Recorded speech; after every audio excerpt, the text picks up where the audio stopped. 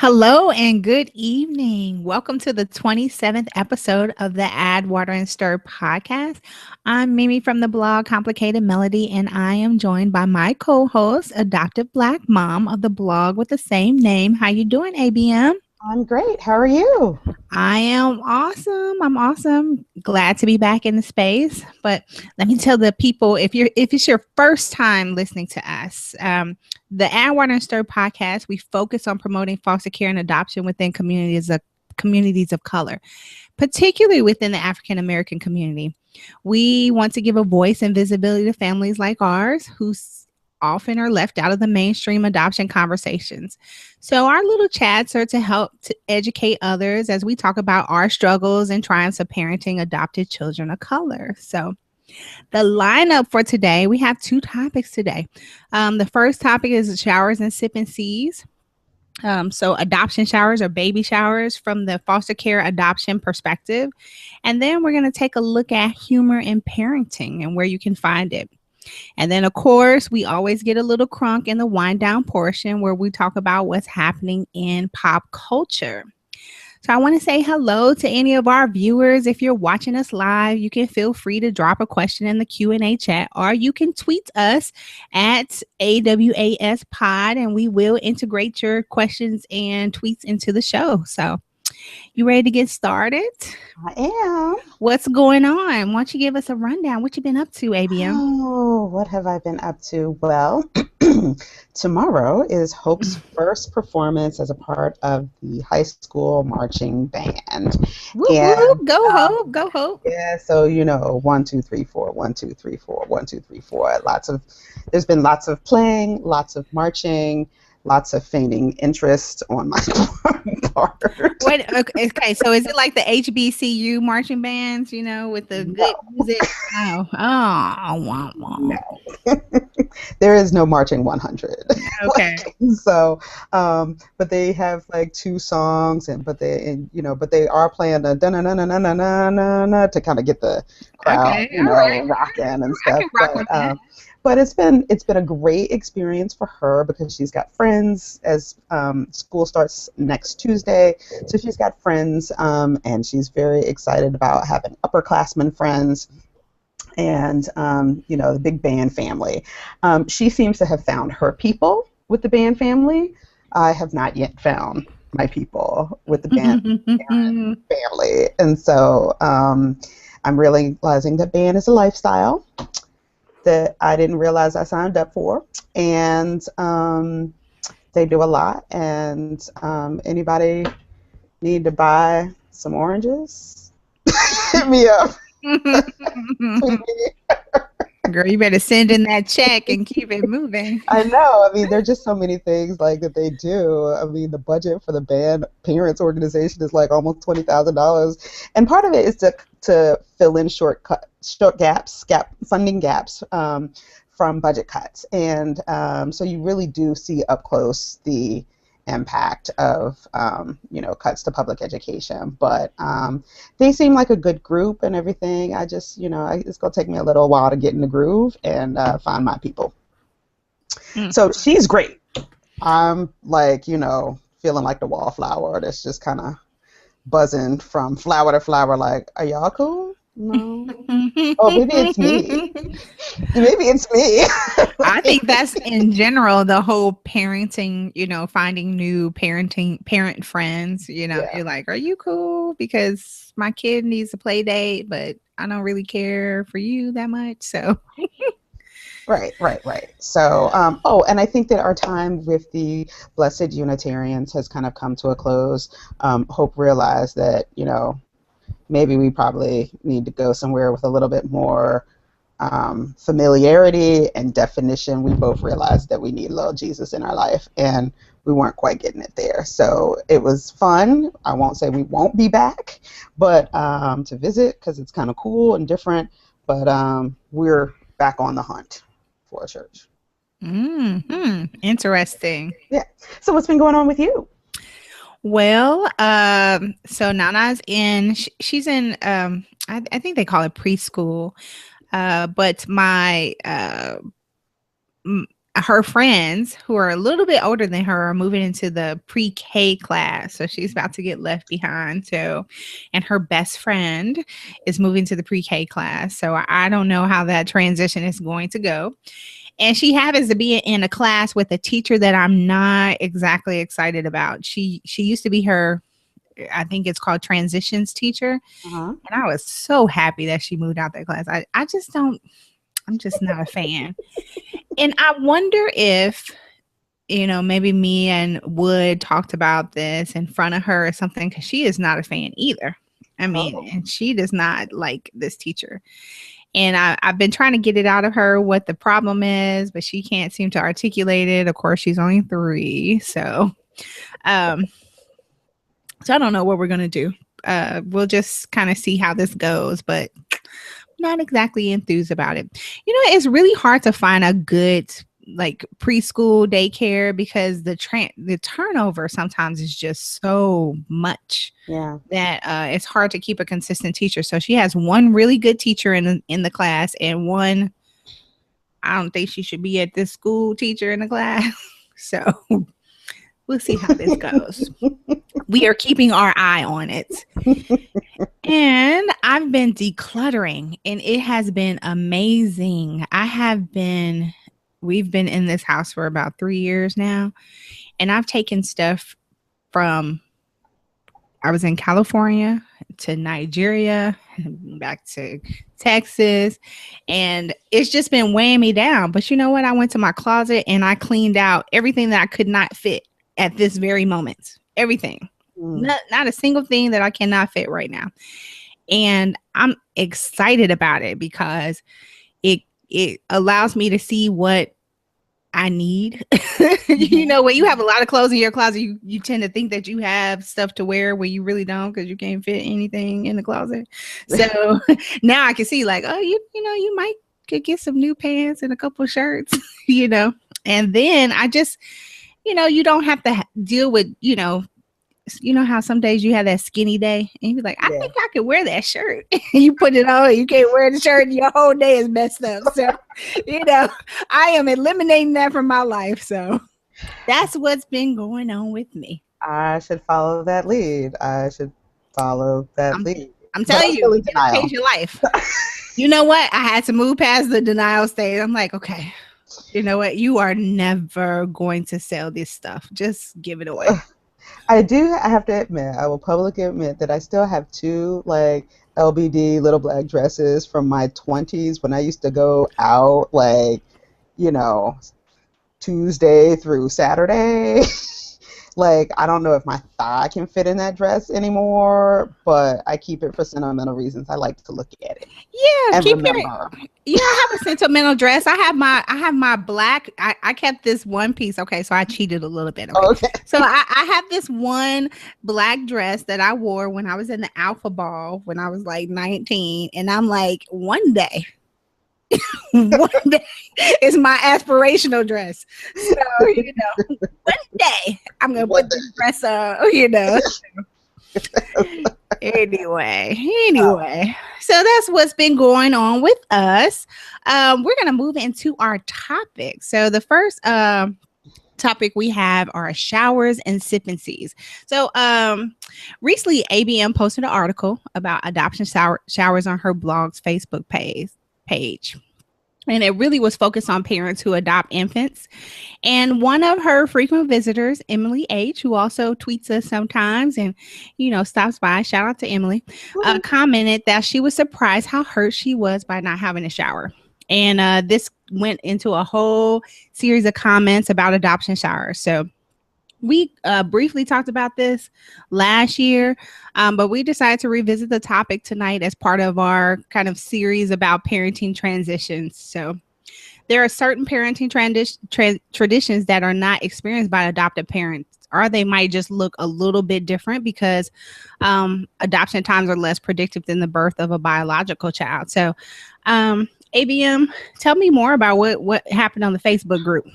So Emily H., shout out. So she really kind of said she had kind of didn't think I wanted one, and then I was kind of surprised by how hurt I was that like I didn't get one. And apparently some of her friends have also visited the page. Hi, Emily H's friends. And they said, gee, you know, these may be friends that don't live close, or they engage in other places on the web. And they said, gee, I would have thrown you one, or maybe I can do, you know, I would have thrown you one, or we can still do one, or, you know, but there was this sense of, here's a event that somehow I missed. And even though I thought to myself, maybe it's not that important to me, in retrospect, it was a little like, gee, I kind of wish I'd had that experience. So, you know, for not all, but a lot of adoptive parents come to adoption not having a biological child already. And so, you know, some of those kind of traditional trappings that come with that, they just kind of miss. And people are not really sure of timing, especially if you're doing infant. You don't know when the baby's going to be born, you know, or older child. What do you call it? Because apparently there's this whole thing around language, and is it still a shower if the child is past, I don't know, 18 months? And so that's kind of how it went down. And I said, gee, you know, we kind of touched on this a little bit, but maybe we should revisit it and kind of maybe talk a little bit about our experiences. And so, yeah. So what was did you want a shower? Yeah, because I thought that it was like, you know, this was going to be the first, my parents' first grandchild. And while she wasn't, you know, small and cuddly and I didn't need baby blankets, she was also going to be arriving around Christmas time. It turns out that she came about a month later, but originally the goal was for her to be placed around Christmas, and there was just a lot that had to happen. And I also kind of just wanted to celebrate this moment in my life with my family and my closest friends. And so I even had this t-shirt that said paperwork pregnant, adoption in progress, and I wore my shirt, and two really, really great friends offered to throw me a shower. And so I had a nice little shower in a party room in my condo building, and friends came, and I did an Amazon wish list as a registry, and I had asked Hope, you know, during our previous visits, I'd learned a lot about her, kind of figured out what she liked, what stores she liked. Wet Seal happened to be one. That store still makes me kind of freak out. But, you know, so I put a lot of gift cards on the registry wish lists for movies, for restaurants, for shopping, things that she might need, Target. There were some that I got. Some people also got me spa cards. Oh, that was awesome. Yeah. So sweet. Very sweet. And then, you know, some of them gave me a kind of like a gift card that was like for a larger amount. They gave Hope and actually put her name on it. This is before she arrived. But like a bunch of $5 gift cards to Target. And so, you know, and I've meted those out over 18 months. I still actually have a few hidden away, and I'm like, you know, back to school shopping in the drawer, kind of rooting around. But it was a really small but very nice event that was just really warm and fuzzy and made me feel like I had an official welcome to motherhood. That is really awesome. I think I definitely understand that feeling of wanting to celebrate with other people. And because you're not necessarily going to have the pregnancy experience where people automatically pamper you, I guess, in a sense. And again, this is my experience from the outside looking in. But I wanted that experience too, for somebody to, you know, take ownership of that and just be like, you know, we're going to throw you a shower too. What I learned though, is I feel like as an adoptive parent is you really do have to help people. This is so new to other people that they really don't understand how to get involved. Like, what is it? What do you want a shower, and when should we have it, and what does it look like, and what do you need, and how can we help? So I feel like with a baby shower, when an infant is coming, a newborn is coming, people are pretty aware. Yeah. This is the type of stuff a newborn needs. But especially if you're doing foster and you're like, well, I can get between 2 and 8. People like, I don't know what to do with that information. So I think you have to, as an adoptive parent, you have to be flexible, and it really comes down to also telling people how they can help you have that shower if you're interested in doing. Because I think having a shower is awesome. If you are a friend of someone who is adopting, absolutely throw them a shower. Absolutely. Yes, do it.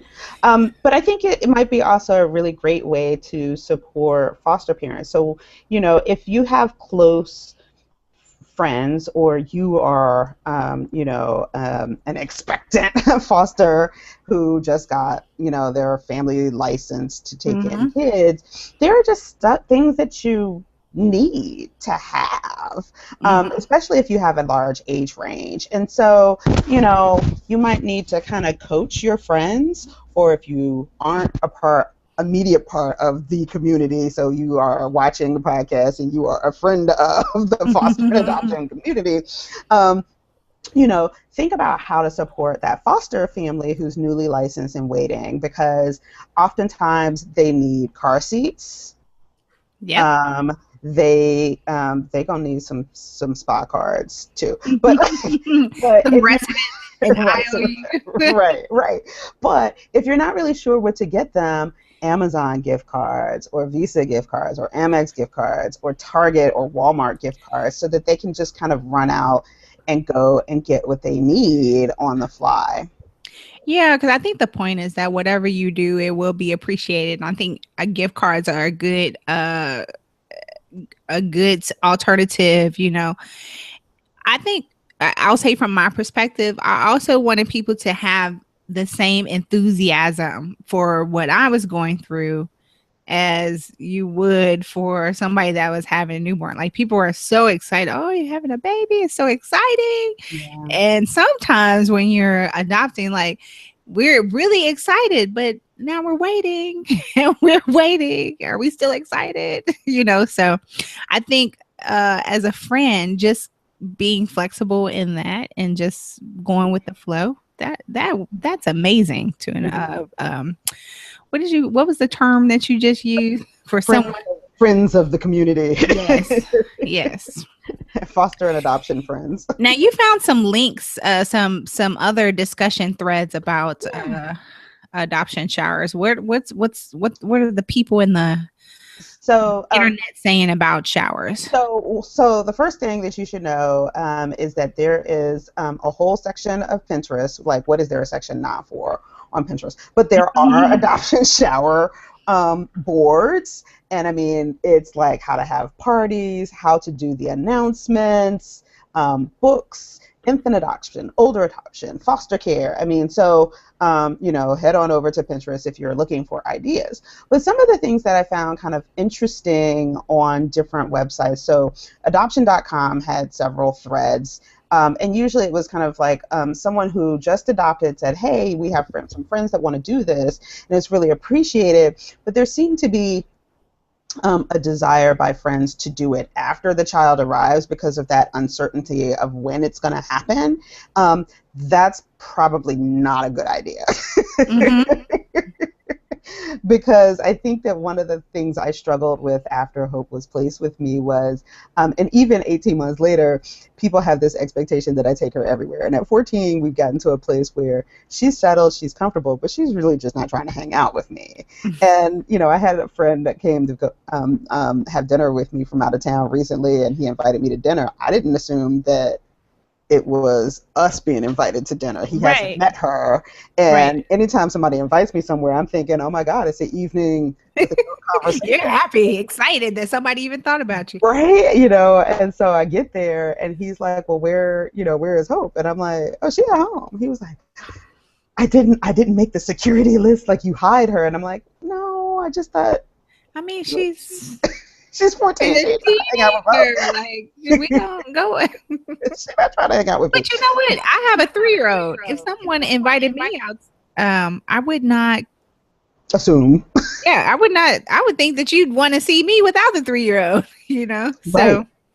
So anyway, some of these threads, like on adoption.com, they really kind of discourage having showers after the child's gotten there. Try to have something to vet the parents before the arrival of the child, like maybe after a match has been made, and so you kind of know a little bit about the child, or again, things like money trees and gift cards so that folks can buy what they need. But what I found most interesting on sites like Baby Center was there were all of these discussions about how shower is just not the right lingo for adoption related and foster related showers. So what do they think is the right lingo? Like it's like, well, that's a party, like that's a celebration party, or call it very specifically an adoption party.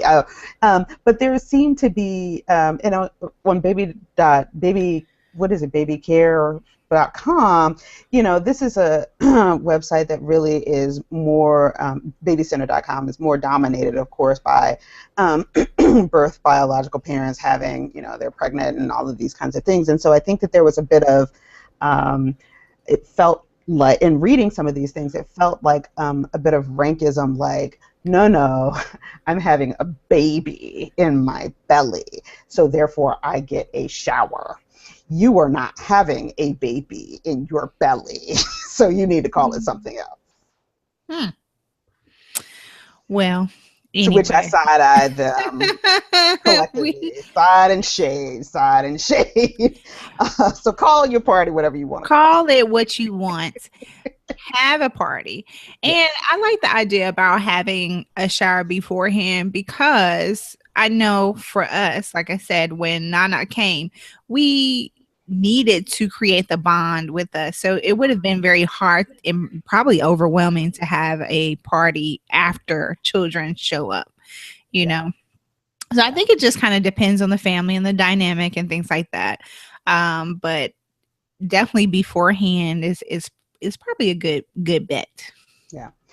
One other thing that I thought was, and Mimi and I talked about this a little bit in kind of pre-production, was there was one article where they talked about, hey, should we have this party and should we do it afterwards? And a person on the discussion thread said, no, you should do it before, so that you give the gifts to the parents and not the child, so that when it works out, like, if it doesn't work out,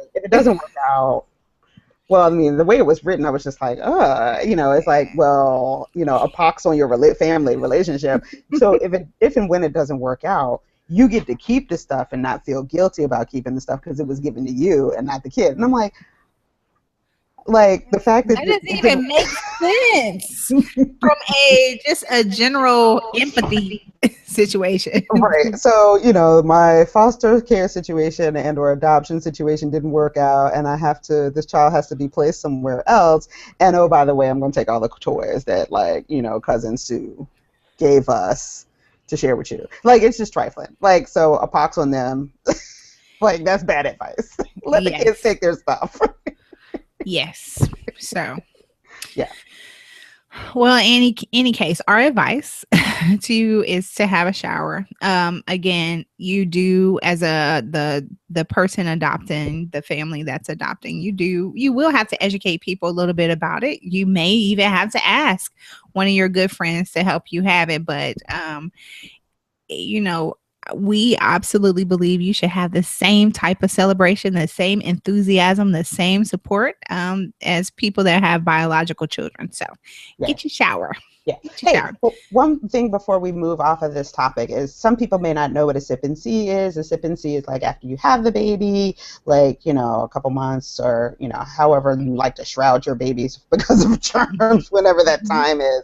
People will usually sometimes folks of color, and Southern folks especially, like to have sip and sees, and it's like a party where people can actually see the baby. Now, I guess if you're doing infant adoption, then maybe you can and should do if you want to do a sip and see, rock on. Older child, I would advise against it for all the reasons Can you imagine? for all the reasons that Mimi just mentioned, and because it can be really overwhelming both for parents and for older kids. I mean, I just think back to Thanksgiving with Hope before she moved here, and it was special. Mm-hmm. And not an experience I'd like to repeat. So, and it was probably the closest thing that we would have had within our family to a sip and see at the time. And yeah, X-nay, the sip and see. I just feel like it's too many people that probably don't know the right terminology to use, don't have the right language, or uncomfortable and don't know what kind of questions to ask. And so it just can end up being so uncomfortable for everybody. You know, I'd rather dole those visits out over time, and I can kind of prep people about how to manage things and what you can ask and what you shouldn't say and things like that. And so engage your child's behavioral response too, because for us it was, lots of people were so excited to meet her, and they probably did really pretty well on the language piece, but she just could not emotionally handle it. And so it was just like one meltdown after another, and then people are like, what's wrong with her? And I'm like, yeah, so you probably don't want to do a sip and see, and that's why the shower idea post placement is probably not the best idea if you have an older child. Yep. So there you go. So we want to know what you did. So we'd like to send us a tweet or post on ABM's Facebook. Did you have a shower? Did you want a shower and didn't get a shower? Did you have a shower and had an awesome experience like ABM did? What's your experience, or what advice do you have for people who are interested or who are planning to adopt? So post us up, let us know, send comments, send feedback, send us an email. We'd love to hear from you about this. And I'm going to tweet about it right now. Okay. Well, I'm going to move on then to the next topic, and this is about funny parenting tweets and finding humor in parenting. So each week, the Huffington Post parenting session publishes its list of the funniest parenting tweets of the week. These small windows shed light on the ironies and foibles of parenting. It's awesome, fun, but parenting is absolutely absurdly hard work. We'll talk about finding humor. We're going to talk about finding humor in parenting challenge. So, which is usually the focus of the funniest parenting tweets. So, ABM, you got some funny parenting stories? Oh, do I? I've read about these things a lot. Yeah, so I discovered this this regular article recently, a few months, maybe a month or two ago, and the Huffington Post does a funniest parenting tweets, and they're just really funny because you can relate to them. Things like there was one from last week from Gina Valley who said, "You said any food was better than no food for breakfast, right, Mom? Why my kid is eating flaming hot Doritos on the way to school." And it really is a way of thinking about some of those absurd moments and trying to find the humor in them, because it is a really hard job. So, I write a lot about things that we go through, and I kind of try to find the humor in them. The most recent thing I haven't figured out how to put it in 140 characters, but Leandra and Hope and I were talking about this thing that she wants to be okay for her to fail and learn from her mistakes. And I was like, well, failing English is probably not the best idea. Failing a few steps on your marching band might turn into a really hilarious Vine video, but that's not going to wreck your academic career. So trying make to find the right choice. Make the right choice. So those kinds of things. So yeah, what's going on with your 3-nader? So every weekend during the summer, Wood takes Nana to Splash Saturday or Splash Weekend Day. I don't know what they call it. It depends on what day it falls on. But this is like when she gets put on her swimsuit, and we have a park around the corner, and they, I don't know, they have what, it shoots up out the ground and the kids run around in the water park. It's a water park. That's what it is. So anyway, so this weekend, Wood asked her, he says, do you want to go to Splash Saturday or Splash Sunday? And she doesn't really know her days. That she knows the days of the week, but she doesn't know what day it is. So she says, I want to go to Splash today. Like, I don't have to tell you Saturday or Sunday, whatever today is, that's the day. Today right is Splash today. Splash day. Let me just go get ready. Yes, I'm about to go put up my swimsuit. See you. So, and then now that I have this new mic, Nana and I, we do duets. We do, and it's awesome. So I'm gonna send you a couple of duets. We sing gospel songs. Oh. So. Well, I'm hoping we will see. We are having a game night with some neighbors this week, which I hope will turn into a blog post and fun tweet. And because I am planning home karaoke using bad YouTube. That sounds awesome. Lyrics. And so my new mic will be here. Hey. On Friday, and so I have asked a couple of our neighbors to RSVP with their song selection so that we can queue them up on the Chromecast, and rock the mic. I love it. It sounds awesome. Yes. It sounds awesome. So, Lip Sync Battle, which is an awesome show. Hoping I watch it on Friday nights and scream hysterically.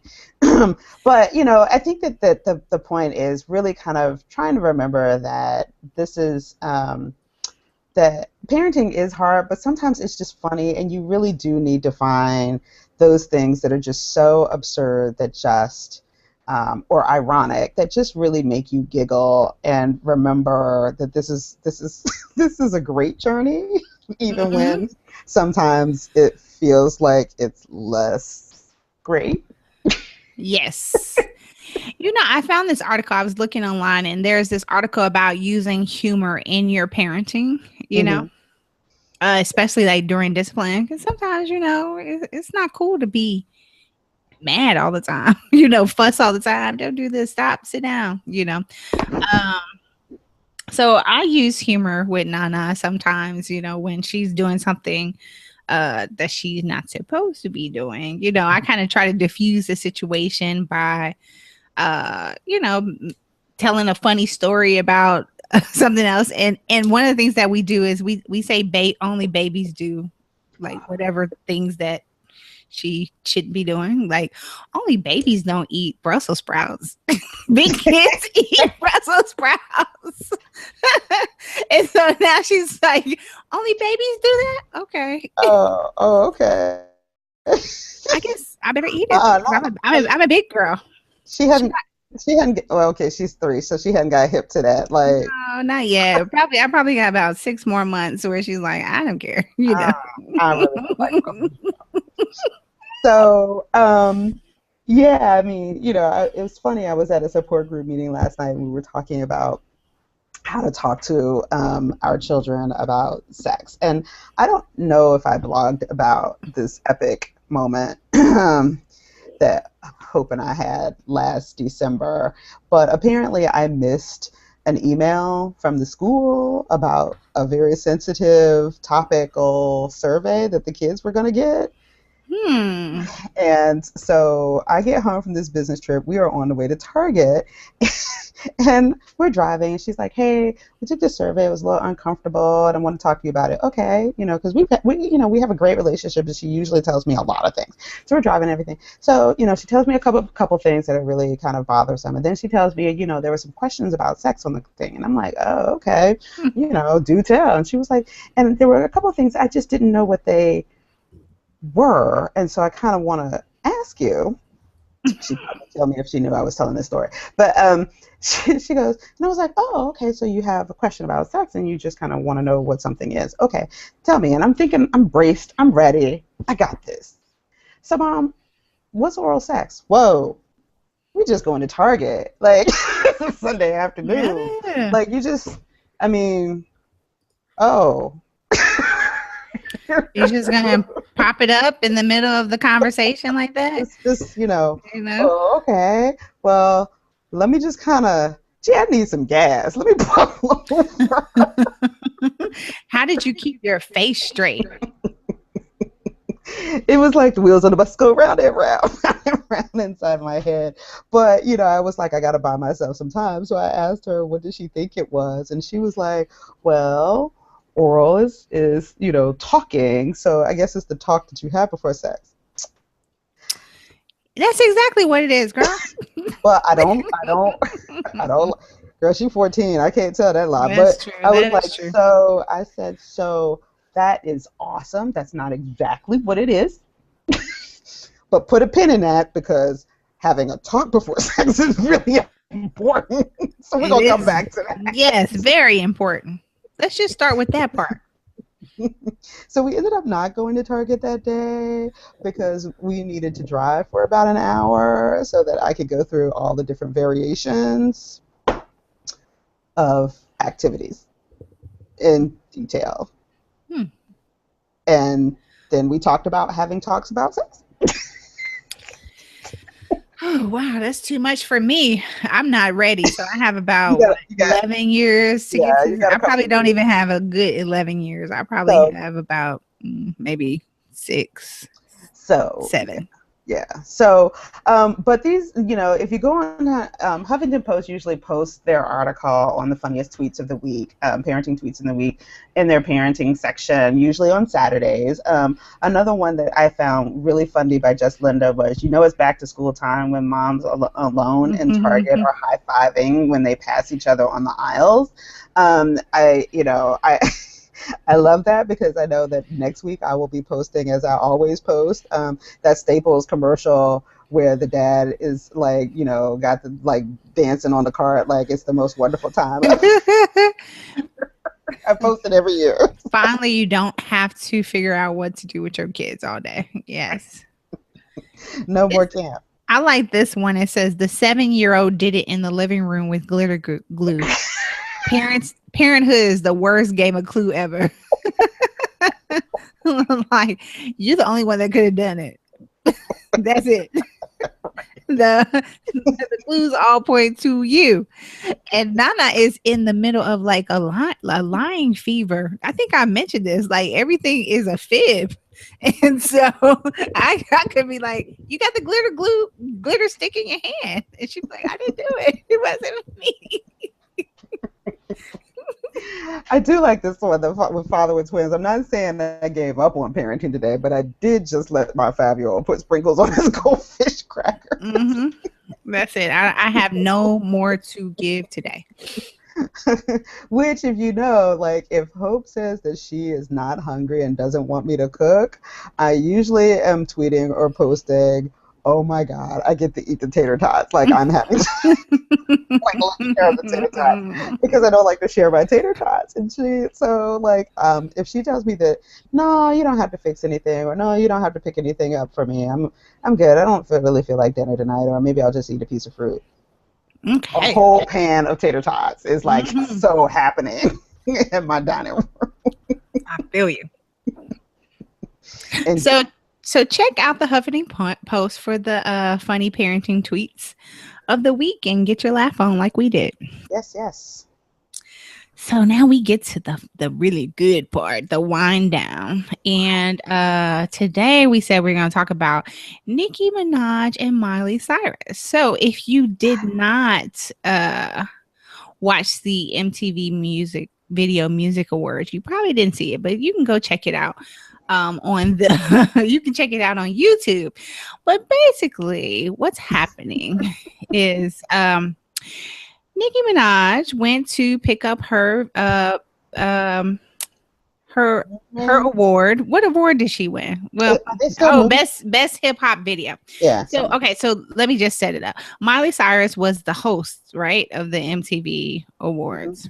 And so she was on stage, and Nicki Minaj won award for best hip hop video. So now, add additional context, Nicki Minaj has been, she had a little bit of a falling out with Taylor Swift, and where she talked about her video not getting awards, and perhaps if she was skinny and white, she might have not been overlooked, and Taylor took it as an affront. And I think we talked about this on another podcast.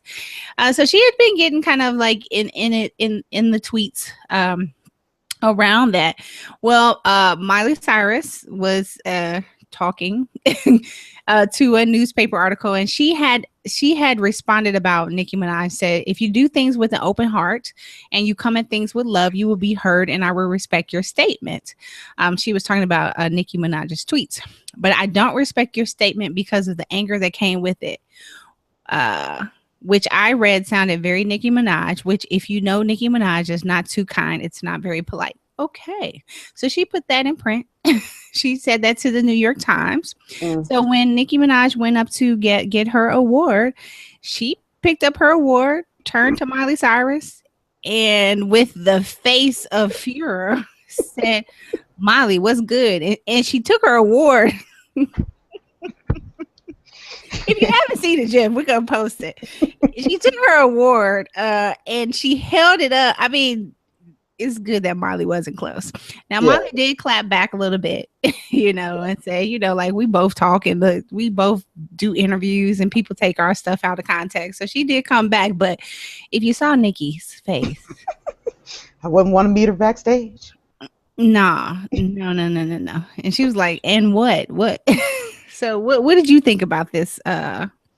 So I found it interesting how both Taylor and Miley felt the need to comment when neither one of them were mentioned in the original, discussion, the points that Nicki was trying to make. But you know what that's called? That's called hit dog hollering. Well, holla. Yeah. And so Miley, gets down with this kind of respectability politics of, oh my goodness, you are so mean. If you'd only be nice to me when you criticize me and tell me, that my poop doesn't stink with glitter and unicorns, then I actually will find value in your statement. And Nicki was not having none of it. Like, not even a little bit, not one fleck of glitter. And, and so it made for good headlines and stuff, but, I kind of have to, I'm not a huge Nicki fan, but I'm on Team Nicki still on this one. I was on the first round and I am now. And Miley is just really extra. Yeah, Miley doesn't want it with Nicki for this. I didn't understand it though. Well, I guess I didn't understand the timing. Well, I don't know. Maybe it's one of those things like, well, I'm here and you have something to say. Well, and I didn't get it. I didn't get nominated for that other man. So it might be the only time I'm on stage. So, let me. But that's what I felt like. What Nicki was saying to her is when you say something to somebody like, "What's good?" It's like, I'm here.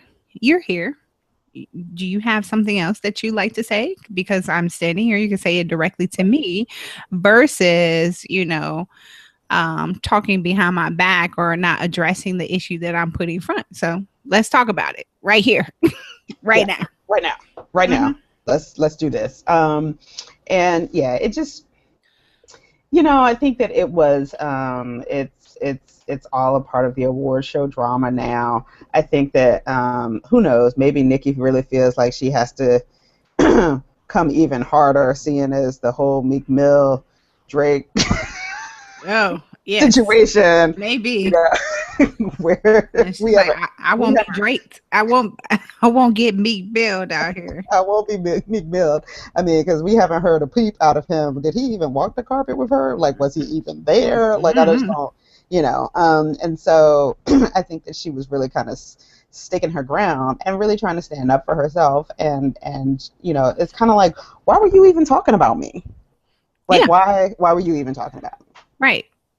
So, but the timing, I think, had a little bit more to do with, well, I'm on stage, and I might not get another Moon Man because I wasn't nominated for too many things. So, what's good? Let's do this. Yeah, let's talk about it right here. And I think that's appropriate too. Like instead of us going, in the tweets, in the newspaper, I'm here, you're here. Mhm. We have a stage where we can talk this out. You want some of this? No? Okay. She kind of pulled that, like, what did Drake say? It's trigger fingers turn into Twitter fingers. Sips wine. So, Hmm. so So there. yeah. So that's it was good TV. And imagine if, I mean, Miley did clap back, but Well, she imagine if she tried. had really what she did. But she, imagine if she had, like, stomped that, like, bondage suit thing she had on, like, And walked over. strips of fabric and walked on over, and Mm. oh man, there'd be vines all over the place. So great entertainment as far as I'm concerned. So yeah, so that was Miley and Nikki, and Miley was just extra the whole time, and So I didn't watch it, but I'm not a fan of Miley. I don't know what Miley's doing, but I want her to sit down somewhere. So I just want her to make the music and be quiet otherwise. Like I like the last album, which Hope thinks I'm nuts, but like Wrecking Ball was my jam. But but I don't need all the extra. what do you think about so there's an article in Atlanta about Miley Cyrus and tone policing. What do you think about that allegation that Miley Cyrus's comments were in effect Yes. tone policing? Yeah, and I mean, I think that it's wrapped up in this larger um, respectability politics and the tone policing in terms of, well, this is the standard is this, and people of color, and in this very specific instance, Nikki, you're not behaving in a way that warrants us paying attention to you. So we expect for you to conform rather Mhm. than for us to adapt. Which is basically another way to deflect around the content of the Hmm. issue, right? So if I can focus on how you say it, I don't have to focus on what you said. Right. Well, I mean, and not only that, it is a form of oppression and it's a form of marginalization because we see it more often within communities of color, within lower socioeconomic groups, within LGBT communities. It is a way not only kind of to deflect the core issue at hand, but to completely dismiss the voice altogether. Mm-hmm. So it's not just about content, but it's also about the movement, the larger movements behind the content. And I do a lot of work in this area. I am not here for it, yeah, I need her to have several seats, Mm-hmm. like all of the seats in All the the seats. auditorium they are in. And I think that the difference between her and Taylor's reaction, Taylor addressed the content issue, or what she interpreted as the content issue, head on. And it Right. wasn't like, oh my goodness, you made me feel bad, let me go cry. Well, I mean, she did do a little bit of that, but Yeah. it was like, It there, was a little bit there like, how were can some you there say were that? some white tears there. But this notion that my tone should always be adapted for your comfort is absurd. Mm-hmm. Okay. What I have to say about that. That's all we have to say about that. Well, with that, let's move into recommendations. All right. Any recommendations? I have no Oh, I do. Declutter. That's my recommendation. Declutter your closets. Declutter your mind. That's my recommendation. Mm-hmm.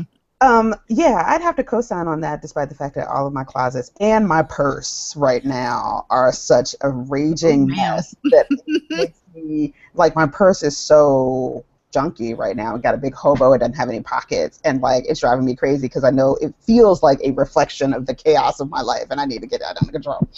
But my recommendation this week is for another podcast, and it's called The Longest Shortest Time.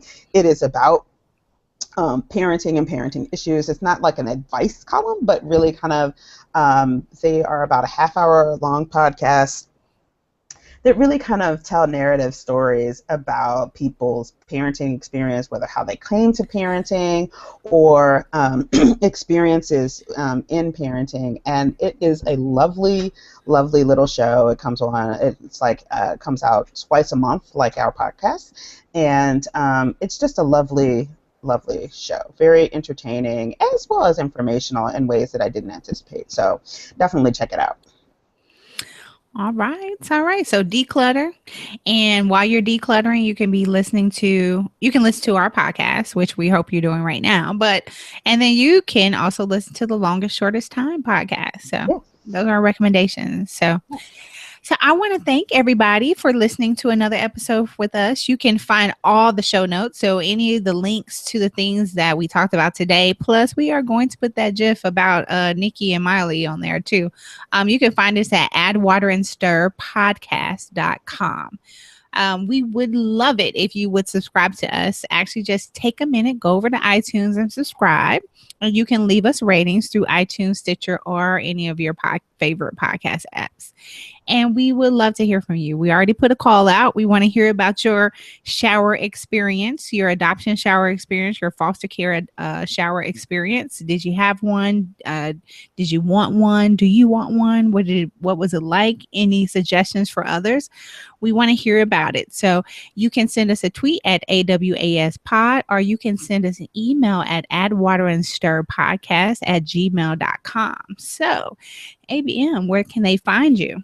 You can find me, of course, at the blog, AdoptiveBlackMom.com, on Facebook at the same name, and Twitter as well. I tend to be on Facebook quite a bit, off and on throughout the day, and that feeds into my Twitter feed as well. So definitely hit me up on Facebook, and we can engage.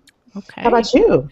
You can find me on Twitter at MimiComplex. You can read archives of my blog at ComplicatedMelodi.com. That's melody with an I. That's where you can find me at. So with that, if we don't have anything else, I think we should wrap it on up. Absolutely.